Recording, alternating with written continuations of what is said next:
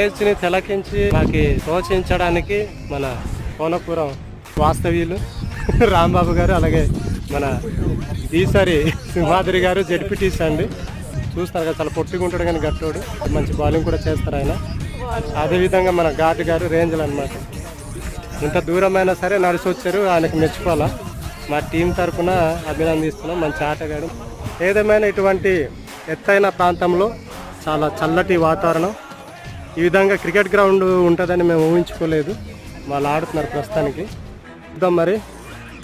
ఒక మ్యాచ్కి మేము 10,000 బెట్టింగ్ కాసి ఆడతామన్నమాట. ఇది మాకు చాలా ఎక్కువ. కింద ఉందన్నమాట. ఈ యొక్క విలేజ్ని బార్జల అంటారు. అంటే మా భాషలో దీన్ని బార్జల అంటే 12 వాగులు ఉంటాయి.